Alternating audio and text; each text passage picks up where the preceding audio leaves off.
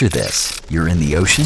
The water is crystal clear. It looks perfect. You decide to swim a little further out than usual. Suddenly, you feel it. Something pulling you back. A brutal rip current. You try to fight back, but the ocean is just stronger. Your arms turn into lead.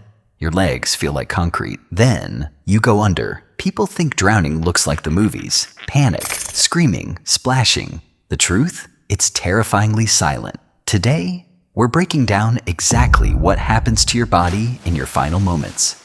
It's not peaceful. It's not like falling asleep. Your body is fighting a war, and it's losing from the start.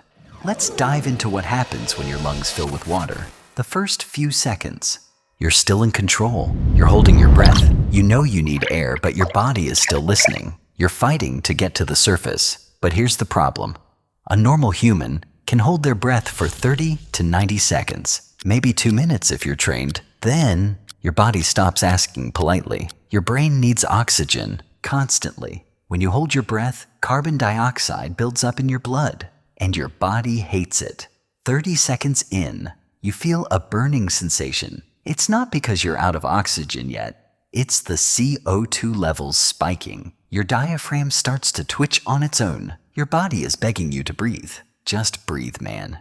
But you're still fighting because you know that the first breath underwater is the beginning of the end. You keep swimming, you keep fighting, but your body doesn't care about your plans. It has one mission: get oxygen, and it's about to take control. 45 seconds. Your vision blurs. Your movements get clumsy, slow. Oxygen levels in your brain are dropping, and with them, your ability to think. Suddenly, you make the mistake everyone makes. You try to take a breath. Here's where it gets scientifically horrifying. Let's break drowning into stages. Think of it like a video game.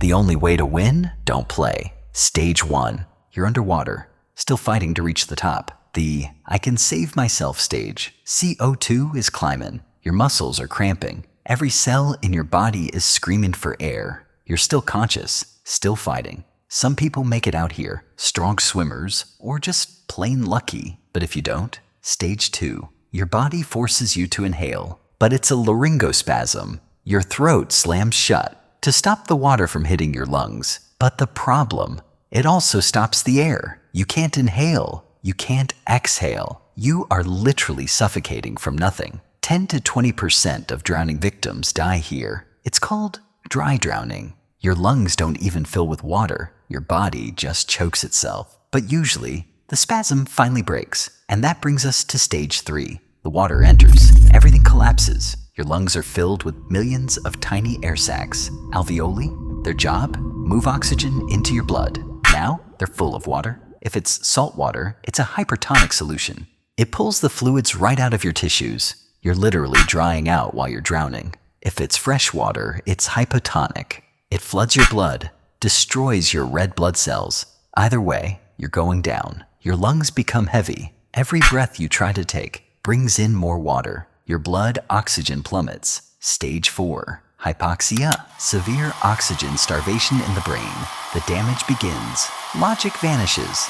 Memory fades. You might forget where you are or how you even got there. Some people enter a strange, quiet phase. They stop fighting, not because they've surrendered, but because their brains simply cannot process fear anymore. The circuits are shutting down, your vision tunnels, sounds become distorted. Your brain starts hallucinating lights, people, things that aren't there. Stage 5, the heart begins to fail. It's been trying to pump oxygenated blood to the brain, but there's no oxygen. Your pulse spikes to 160 beats per minute. Then, it stutters. Arrhythmia. Your whole body enters cardiovascular collapse. Blood pressure drops. Blood leaves your limbs, rushing to the brain and heart. 2 to 3 minutes in, you lose consciousness. And honestly, that's a mercy. Stage 6. Game over. You're unconscious. The heart is barely beating. The brain is dead. The cerebral cortex,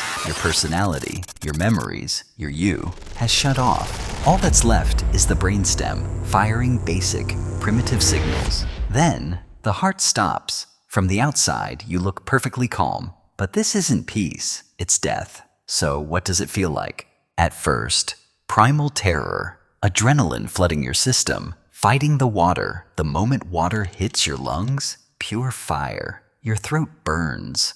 Your lungs feel like they're being torn apart. Then comes the confusion. Time gets weird. Some people say they felt like they were watching themselves from above. That's not spiritual. That's your brain short-circuiting from hypoxia.